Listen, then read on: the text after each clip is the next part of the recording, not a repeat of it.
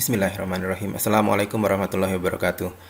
Kali ini saya akan menjelaskan tentang pengenalan CAE, Computer Aided Engineering, ya, sebagai kelanjutan dari mata kuliah kita CAD CAE.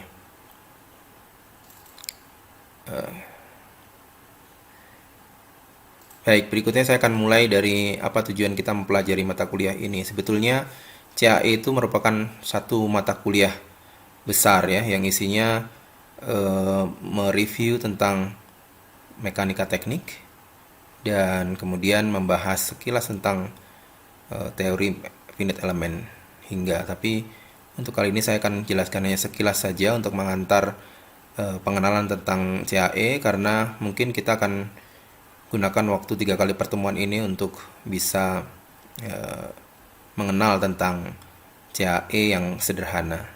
Ya.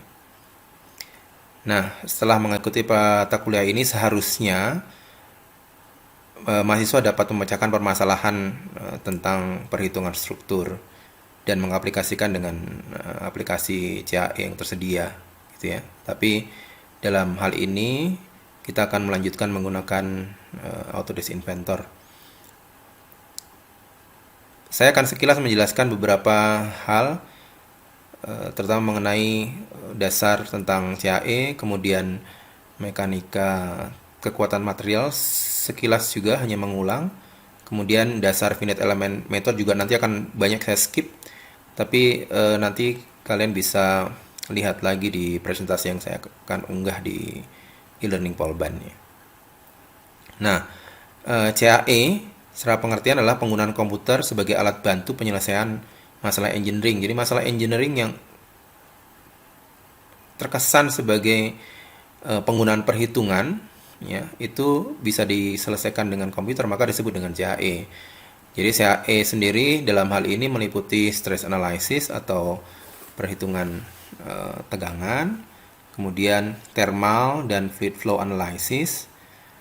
Ada juga multi-body dynamics, itu dikenal juga dengan istilah rigid body dynamics, atau mungkin kalian juga pernah mempelajari tentang kinematika dan dinamika. Kemudian ada analysis tools untuk proses simulation. Ini yang seharusnya paling dekat dengan proses manufaktur, karena proses manufaktur itu banyak sekali proses yang bisa disimulasikan. Kemudian berkaitan dengan optimisasi. Tapi karena waktu kita tidak mencukupi, mungkin mudah-mudahan kita bisa melakukan latihan sampai dengan paling tidak thermal analysis. Jadi structural analysis, kemudian thermal analysis. Ini gambaran kenapa kita perlu mengenal atau kita perlu menggunakan CAE. Saya akan sedikit tunjukkan ilustrasi sebagai berikut, ya.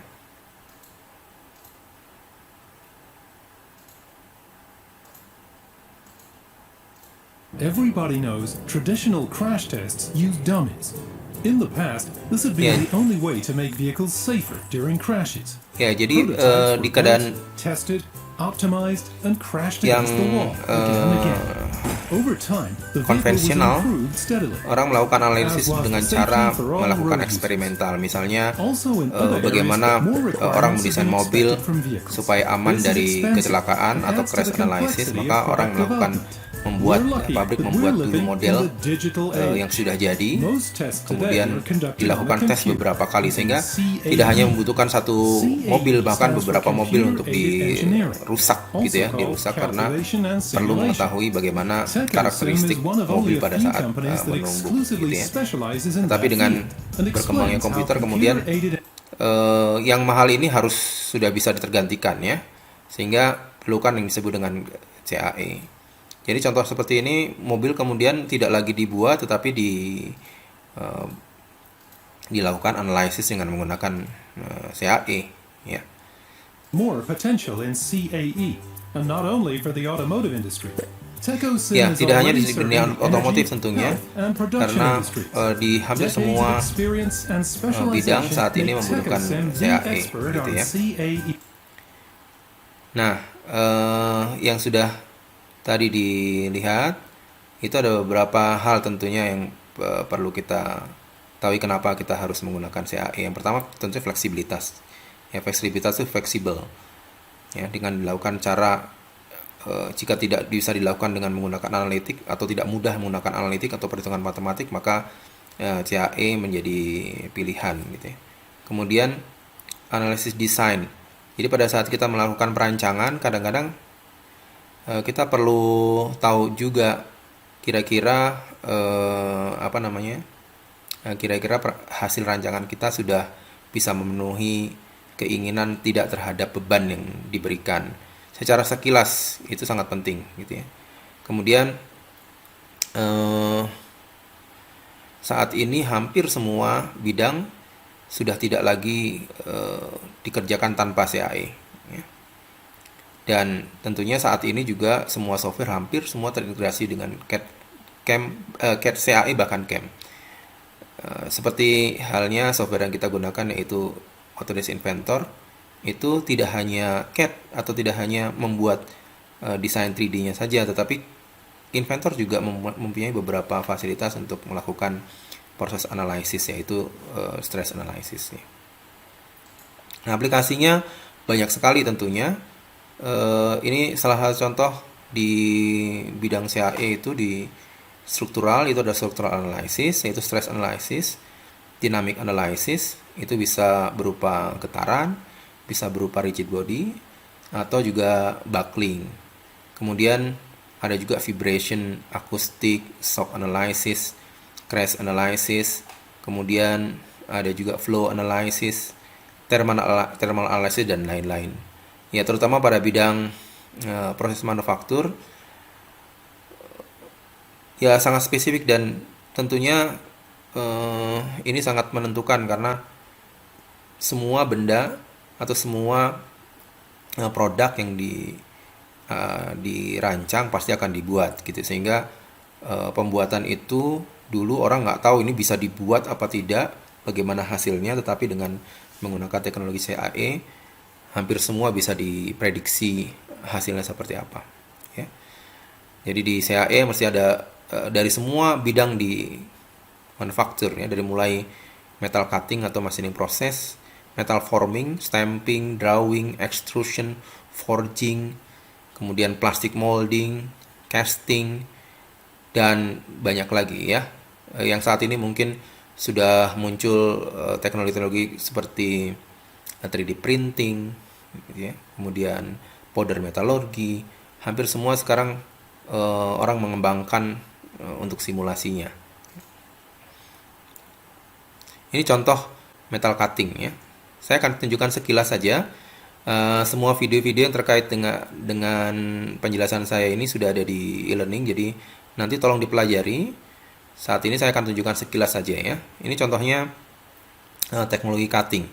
Jadi ini proses bubut, itu bahkan bisa dianalisis bagaimana proses bubutnya, bagaimana gram yang terbentuk, kemudian panas yang terjadi pada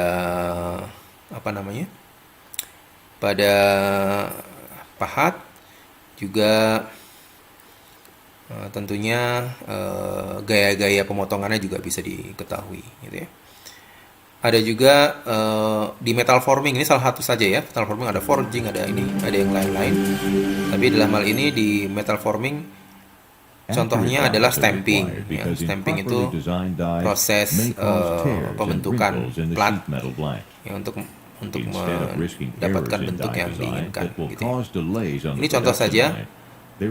Kadang-kadang kalau dulu orang melakukan manufaktur di sini tidak bisa mengira-ngira apakah hasilnya nanti ada yang cacat gitu ya, sehingga dilakukan trial error. Padahal trial error itu tidak hanya sekedar prosesnya saja, tetapi toolsnya juga harus diganti semua, sehingga pasti jatuhnya akan mahal. Ya, kalau menggunakan CAE, ini saya percepat ya. Ini ada proses simulasi yang bisa dilakukan dulu gitu ya. Hingga kalau misalnya kita melakukan analisis, saya akan percepat dulu di bagian analisisnya. Ini ada crack begitu yang dihasilkan dari proses. Kalau menggunakan CAE tentunya bisa diprediksi kira-kira di situ akan ada crack sehingga perlu diperbaiki. Misalnya ada yang merah ini fatal, ini ada kemungkinan di sini akan terjadi kegagalan sehingga dengan proses simulasi bisa diperbaiki. Ya. Ada juga proses plastic molding. Plastic molding juga plastik itu produk-produk yang sangat banyak digunakan terutama di produk perumahan ya. Dan hampir semua menggunakan plastik. Nah, plastik tentunya punya karakteristik baik material maupun prosesnya.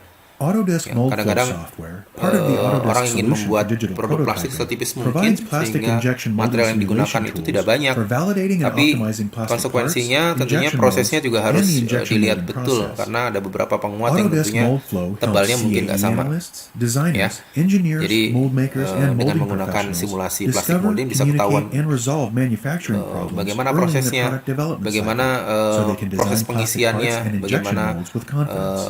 tekanannya, Companies ada around the kemungkinan world use cacatnya dan auto seterusnya for gitu ya. interpretation to Ini see how contoh changes to misalnya wall dia proses thickness, mengalir gate location, material, materialnya and sampai geometry seberapa affect lama gitu ya. manufacturability. Karena yang paling lama itu Determine tentunya nanti yang potential paling part defects such as weld lines, paling air traps, and sink marks, and then rework paling besar designs to kemungkinan help dia avoid akan these problems. terisi Simulate the belakangan filling gitu and ya. packing phases Kalau of the misalnya sudah injection molding membuku lebih process to dahulu help yang predict lainnya, the flow of melted kemudian dia tidak plastic, akan terisi. the accurate candidates, Sehingga and dia have juga confidence ketahuan in the simulation bagaimana results through access to more than 8,500 grades of commercial plastics with ya up-to-date and bagaimana accurate proses material data. pengisiannya. Ada yang Use kalau misalnya ada yang merah state-of-the-art sih plastic seharusnya material testing ada perhatian ya services, di sini. expert data Ada fitting kemungkinan services, and akan extensive material terjadi databases sesuatu with ya. Autodesk Mold Flow Tree. What if Ini dalam proses molding. use manufacturers costly design Yang changes berikutnya, and software apa saja yang ada di CAE saat ini banyak sekali ya. Ini software besar yang khusus mereka membuat atau mengembangkan software khusus untuk CAE atau finite element. Ada ANSYS yang cukup tenar, kemudian Nastran itu juga software yang cukup besar yang hampir digunakan hampir semua aplikasi ya, karena Nastran ini kuat di solvernya, sehingga nanti salah satunya Autodesk juga menggunakan solver Nastran ya. Simulia, Abacus, ini Abacus cukup terkenal, kemudian dibeli oleh Dassault Systèmes yang mengembangkan CATIA dan SolidWorks, kemudian namanya diubah menjadi Simulia, tapi karena penggunanya sudah mengenal Abacus cukup lama sehingga namanya tetap Abacus. Ada Cosmos, Algol ini juga sudah dibeli oleh Autodesk sehingga namanya menjadi Autodesk Simulation. Patran itu juga pengembangan dari Nastran, Hypermesh, Dyna 3D atau LS Dyna, dan banyak lagi gitu ya. Ada yang khusus menganalisis bidang umum, ada yang khusus melakukan analisis bidang-bidang tertentu, dan ya persaingannya cukup luas ya, sehingga ada beberapa software yang akhirnya dibeli oleh pengembang yang khusus. Misalnya contoh saja ANSYS itu membeli Fluent yang menganalisis CFD, kemudian sama seperti Algol tadi dibeli oleh Autodesk. Saat ini mungkin Abacus dibeli oleh Dassault Systèmes jadi Simulia dan seterusnya, sehingga hampir semua software sekarang mungkin tidak sebanyak ini lagi ya. Nah, yang jadi masalah adalah dalam permasalahan umum, kalau misalnya permasalahan yang sangat sederhana mungkin bisa silakan dengan analitik atau matematik. Tidak semua orang sangat menguasai matematik, sehingga mungkin jika permasalahan ini lebih kompleks, hal ini agak sulit dilakukan ya.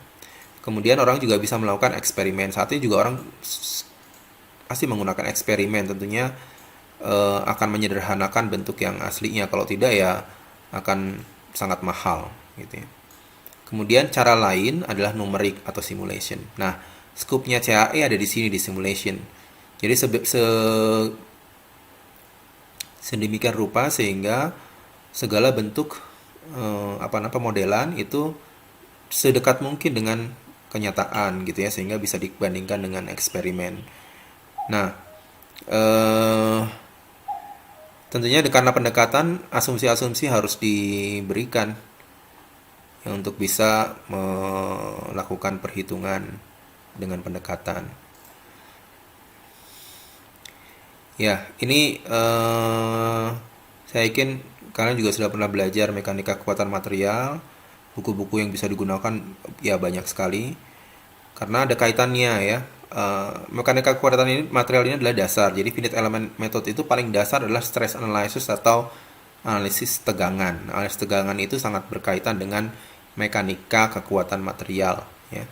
Jadi ada tegangan tarik, tegangan bending atau lentur, tegangan geser, dari torsi dan lain, itu berkaitan dengan ini. Sehingga pemahaman tentang ini harus dikuasai untuk bisa melakukan analisis menggunakan CHE dengan benar ya. Nah, saya akan ringkas sedikit saja, nanti saya akan bahas dengan cepat. Yang pertama adalah yang harus sangat dipahami adalah gaya luar.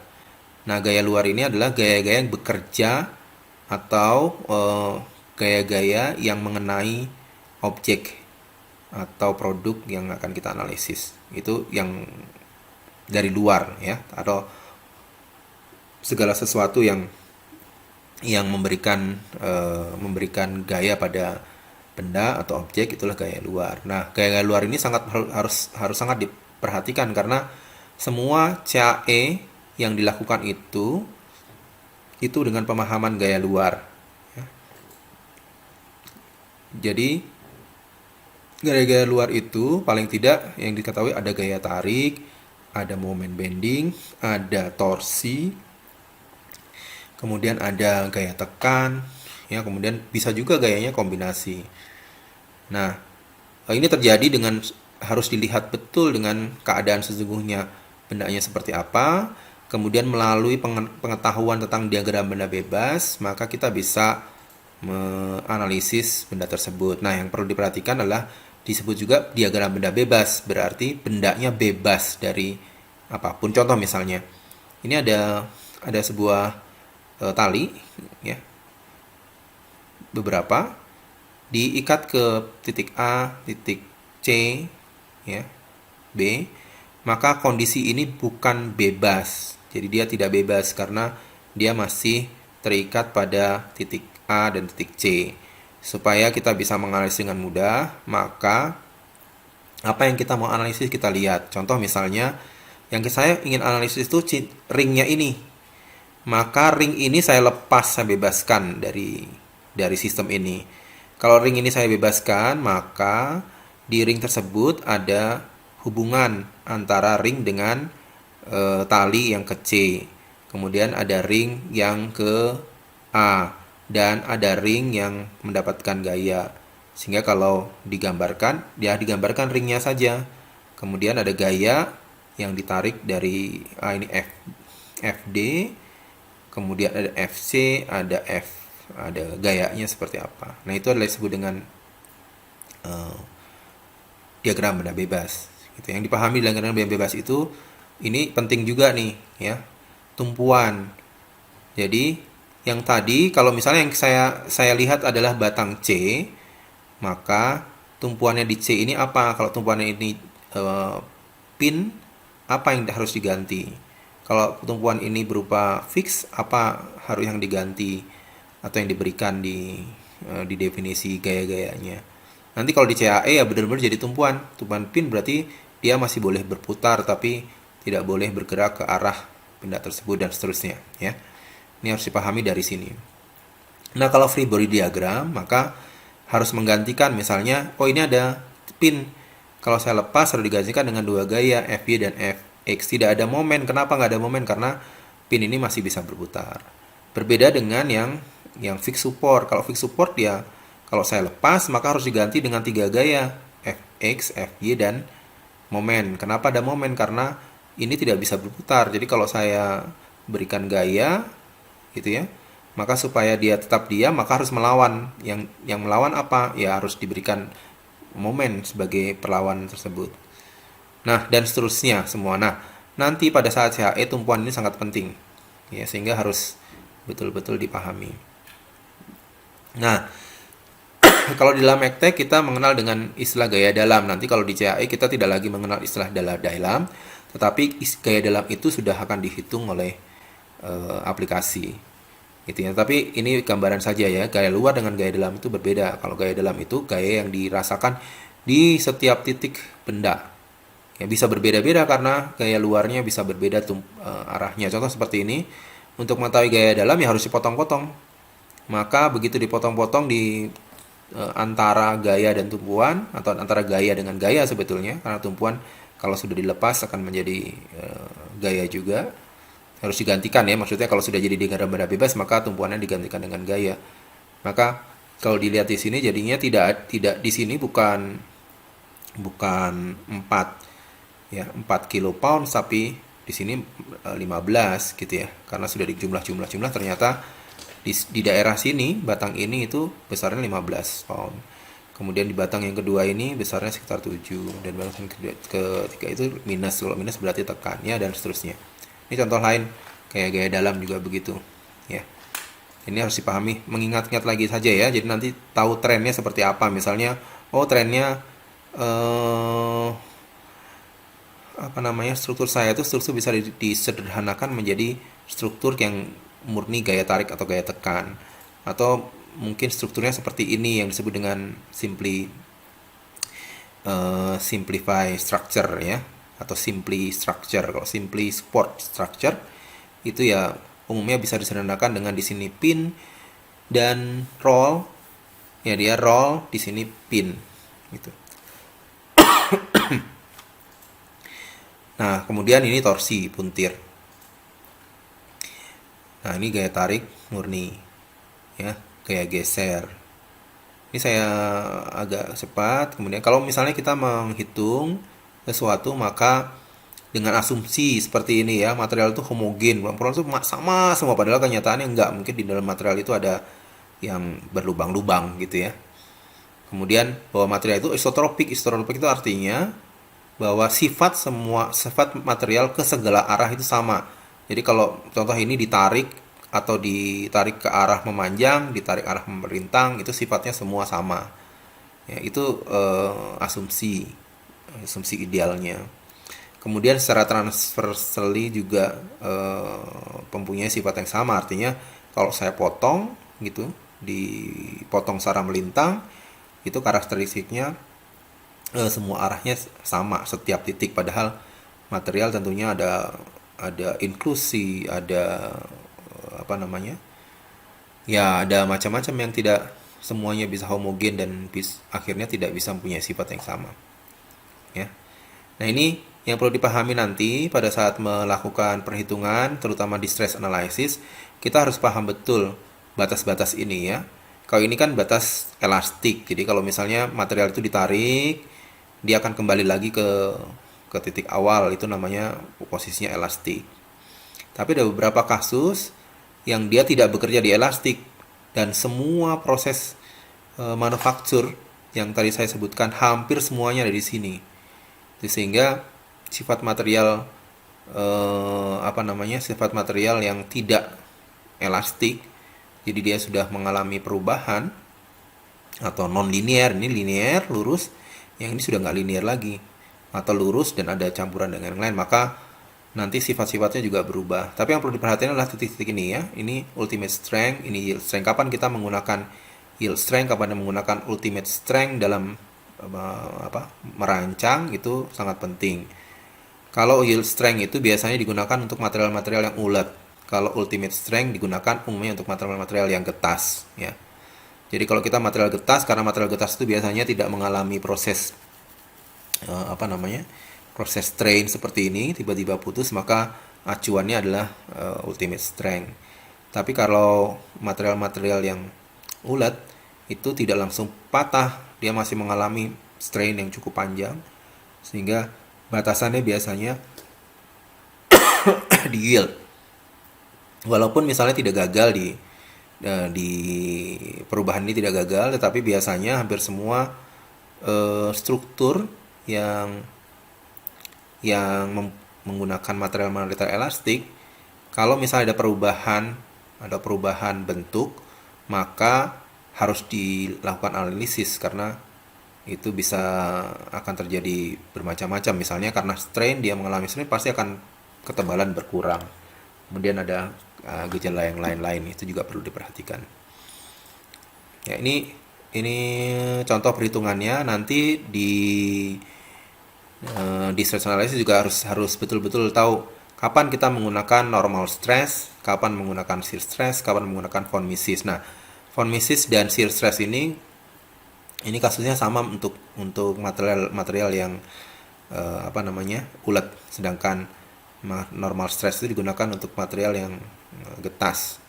Nah, ini daerah amannya ya. Jadi kalau misalnya saya punya material yang getas, berarti kalau saya ditarik gitu sampai dengan sigma ultimate-nya, dia patah gitu ya. Tetapi kalau ductile makanya menggunakan sigma SY. Nah, sifatnya agak berbeda-beda. Ini ada dua ya, yang bentuknya seperti elips ini adalah kriterianya von Mises, sedangkan yang bentuknya seperti tersebut prismatik ini kriterianya menggunakan shear stress atau geser maksimum ya. Nah, ini metode Lehmann-Himga ya. Saya akan jelaskan sedikit saja. Jadi proses Lehmann-Himga itu ada beberapa proses, yaitu membuat model. Model itu model geometri. Model geometri ini kalian sudah pelajari dengan CAD. Material properties juga harusnya sudah belajar di pengetahuan bahan atau teknik, material teknik ya. Nah, yang belum, di finite element itu menggunakan proses diskretisasi. Diskretisasi itu adalah membagi-bagi ya. Jadi kalau saya punya struktur yang utuh gitu ya, itu ya seolah yang tadi homogen, kemudian dia punya sifat yang sama di semua tempat. Nah, tidak lagi seperti itu, karena kalau kita lihat, saya kembali lagi ya, supaya saya kembali ke rumus-rumus tentang tegangan. Kalau saya lihat rumus tegangan di sini, tegangan karena aksial itu sigma sama dengan F per A. Bending itu M kali C per I inersianya. Itu transversal shear itu yang geser langsung itu juga F per A. Kalau torsi itu torsi dikalikan dengan R dan dibagi dengan inersia putar. Nah, kalau kita lihat hampir semua rumus di sini tidak ada yang menyertakan material. Ya, karena memang tidak pengaruh itu material terhadap tegangan. Ya. Tetapi karena kita menggunakan pendekatan, maka di finite element justru nanti diperlukan sifat material karena pendekatan yang lain. Pada saat diskretisasi ini adalah membagi-bagi elemen. Jadi kalau misalnya saya punya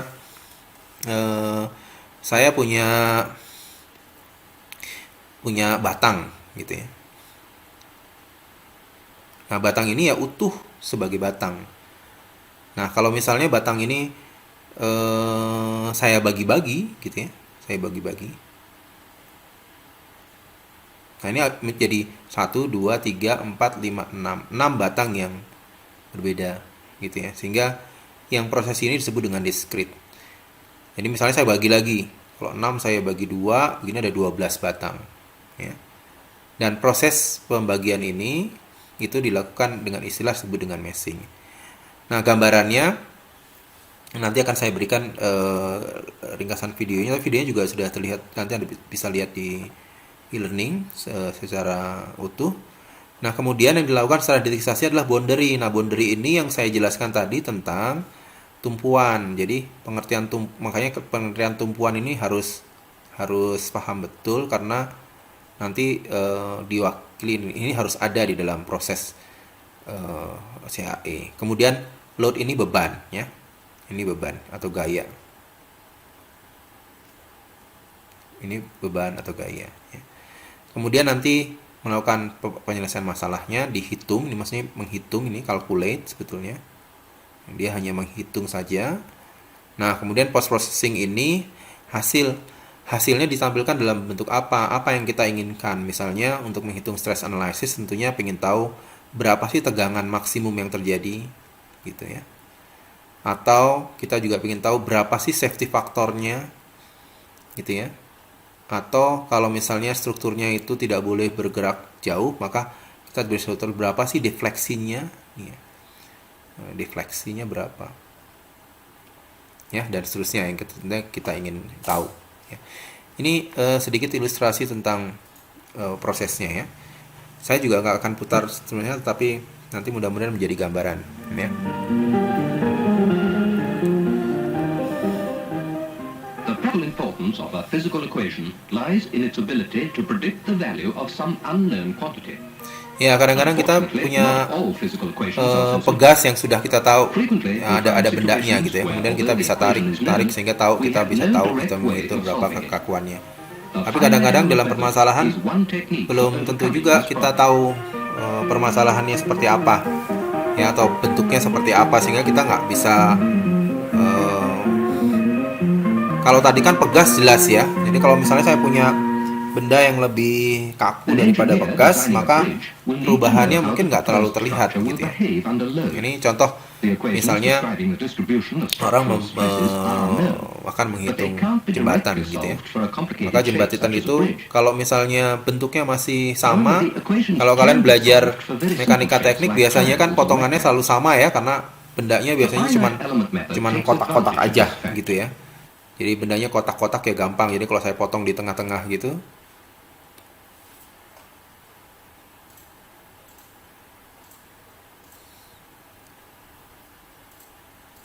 jadi kalau saya potong di tengah-tengah itu ya hasilnya mungkin dia kotak penampangnya gitu ya. Tapi suatu saat bisa saja penampangnya tidak kotak gitu ya. Maka ya perlu dilakukan. Ini contoh finite element method ya. Jadi kalau misalnya ini bentuknya seperti ini, maka dibagilah yang tadi disebut dengan diskrisasi, dibagi-bagi sehingga bisa membagi bentuknya menjadi bentuk yang mungkin tidak sama, tetapi menjadi bentuk-bentuk yang berhingga, makanya disebut finite element hingga. Jadi yang tadinya satu, yang kecil-kecil nggak berhingga, jadi dibagi-bagi menjadi berhingga. Contoh yang ini juga nanti mungkin bentuknya bisa mewakili, tapi dia hanya berupa panjang-panjang aja, ada satu dimensi. Kalau ini dua dimensi, gitu ya. Jadi atau bisa juga tiga dimensi, ya, dia baginya dengan blok-blok atau bentuk yang berbeda-beda sehingga menjadi bentuk yang utuh. Jadi yang dilakukan aja sebetulnya membagi-bagi itu adalah proses untuk menentukan sebuah persamaan yang bisa mendekati ini, sehingga persamaannya disebut dengan matriks elemen ya. Nanti saya ini mungkin sekilas saja ya. Jadi kalau misalnya punya analisis yang sudah dilakukan, itu ya bisa, karena tadi bisa fleksibel gitu ya. Ada kekakuan, maka kita bisa melihat pergerakan dari fenomena yang kita analisis ya. Ya, saya akan lanjut lagi ya. Jadi nanti elemen itu dibagi menjadi berapa? Bisa saja elemennya didekati dengan garis-garis. Dulu mungkin pernah belajar juga di mekanika teknik ada yang disebut dengan truss. Jadi truss itu ya elemennya cuma satu batang aja. Jadi betul-betul satu batang yang hanya bisa menerima tekan atau tarik. Nah, kalau seperti itu bagaimana ya? Sudah, itu bisa dianalisis dengan batang aja. Toh nanti kan penampang, karena dia ada hanya tekan dan tarik, berarti ya hanya perlu penampang aja, luasan. Jadi nggak perlu dia bentuknya harus 3 dimensi. Jadi cukup dengan garis-garis gitu ya. Atau beam juga begitu. Kalau kalian belajar beam kan biasanya cuma batang ya, sehingga ada juga yang 3 dimensi dan seterusnya. Nah, ini proses dekristallisasi tadi ya. Dekristallisasi saya itu misalnya lingkaran, bisa jadi nggak lingkaran. Kalau saya bisa bilang ini lingkaran, ya saya tinggal bilang ini lingkaran gitu ya. Cuman lingkarannya saya dekati dengan segi banyak. Nah, semakin banyak seginya, ya semakin mendekati dari lingkaran yang sesungguhnya gitu ya. Ya tentunya kalau mendekati dengan sesungguhnya ya tak berhingga. Nah, dalam pendekatan inginnya nggak begitu. Inginnya ya namanya juga pendekatan, sedekat mungkin gitu ya. Mungkin errornya berapa yang diizinkan di engineering. Biasanya kalau di pendekatan itu untuk analisis biasanya untuk engineering itu perlu plus minus 10% itu sudah cukup bagus ya. errornya. Tapi kalau misalnya lebih teliti lagi, mungkin di engineering bisa sampai 5%. Di penelitian mungkin 2,5%. Nah, ini sangat tergantung dengan keperluannya. Nah, semakin kita ingin semakin teliti, maka harusnya ininya mendekati, ya lebih mendekati tak berhingga, gitu ya, sehingga kita bisa menghitung lebih detail lagi. Ini contoh lingkaran ya yang tadi dijelaskan paling mungkin. Kalau R-nya seperti ini, saya bagi menjadi begini bentuknya, didekati dengan theta besarnya, maka luasan ini bisa saya hitung dengan persamaan luas dari tembereng yang kecil ini. Itu adalah 2R dikali dengan 2R itu R-nya ini. Dikali dengan sudutnya karena tingginya. Itu seperti luas lingkaran aja ya. Setengah theta. Jadi kalau saya bagi ini jadi 2 gitu ya, maka sudutnya menjadi theta per 2. Terus kemudian panjangnya ini jadinya dianggapnya bisa sin theta per 2 gitu ya. Kemudian 2R artinya ya ada 2 kali R sinus theta. Luasan yang setengahnya ini R sinus theta. R sinus theta per 2. Sehingga kalau dikombinasikan, ditambahkan, dijumlahkan, jadilah luasan keseluruhan atau P ini adalah sigma HE dari E sama dengan 1 sampai dengan N. Nah, kalau N-nya itu mendekati tak berhingga, seperti ini, mendekati tak berhingga, maka ini bisa dilihat ini adalah rumus. Ya, ini rumus keliling ya, maksudnya bukan luas tadi. Maka ini adalah rumus dari keliling. Ya, sehingga kalau misalnya didekati tidak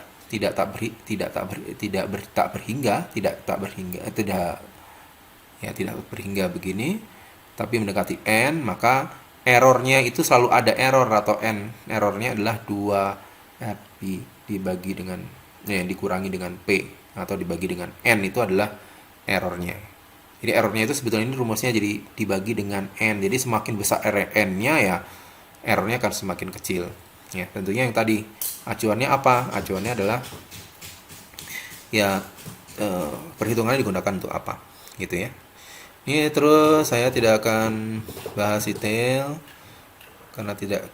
Nah, sebetulnya nanti ini gambaran aja ya.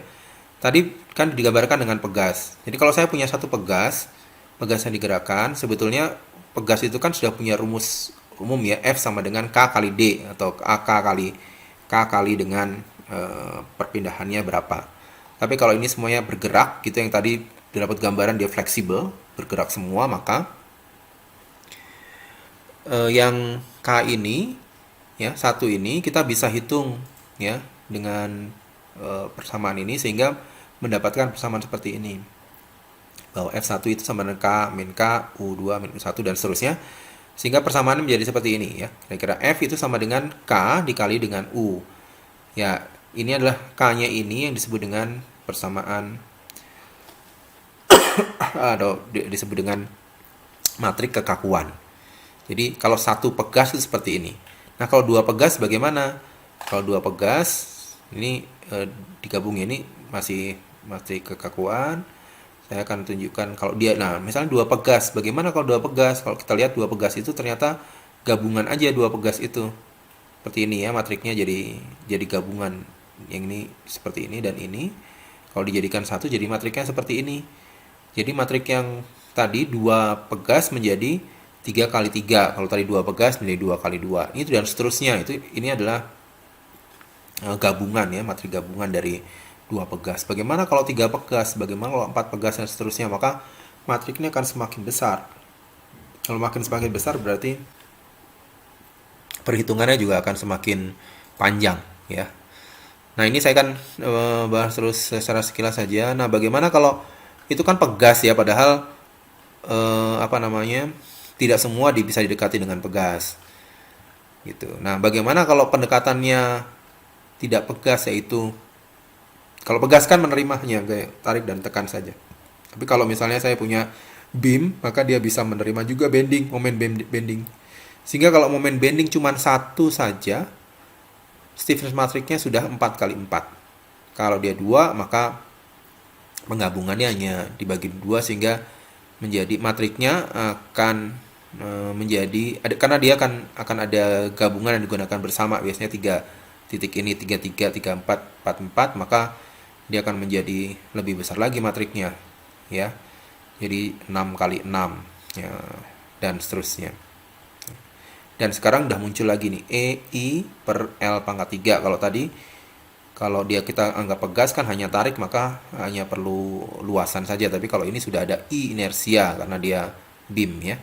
Ya, masuk rumusnya menjadi seperti ini. Ya. Nah, ini contoh kalau misalnya yang lebih lengkap, ya. Itu gambaran ya sebagaimana. Jadi kalau kita menentukan ukurannya semakin besar, maka ya tentunya akan semakin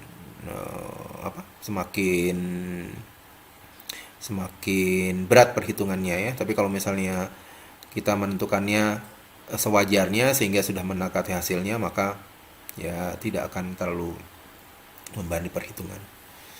Gitu. Nah, kita nanti akan menggunakan simulasi menggunakan software di Autodesk. Yang pertama nanti kita akan coba menggunakan Autodesk Inventor yang sederhana. Jadi Autodesk Inventor ini bisa melakukan stress analysis untuk perancangan yang sederhana. Kita nanti juga akan coba menghitung bagaimana kita bandingkan dengan perhitungan yang akan kita lakukan, ya.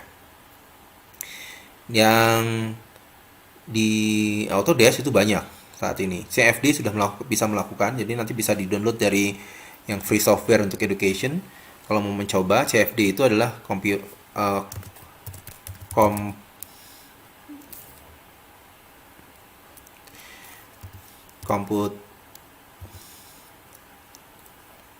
computational fluid dynamic, ya.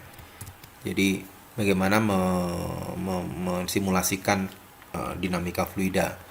Nah, nanti ada software Fusion, ini silahkan di-download, ya. Anda bisa download nanti. Fusion ini nggak besar, kecil, tapi nanti karena di Fusion ini bisa melakukan tidak hanya struktural, tapi bisa juga melakukan thermal. Jadi tapi juga bisa melakukan yang lain. Nah, Fusion ini softwarenya nggak terlalu seberat Autodesk, tapi malah fungsinya banyak karena dia menggunakan cloud system, ya. Jadi kita juga bisa menganalisis dengan bantuan server cloud-nya Autodesk, atau kita bisa menganalisis di komputer kita, ya. Jadi nanti saya minta di pertemuan berikutnya kita akan menggunakan Fusion, ya. Jadi di-download saja dan kemudian di-install. Ada software lain untuk composite analysis, ada untuk mold flow. Mold flow itu bahkan sudah terintegrasi dengan Inventor. Mudah-mudahan nanti kita juga bisa mencoba salah satu saja, sederhana saja.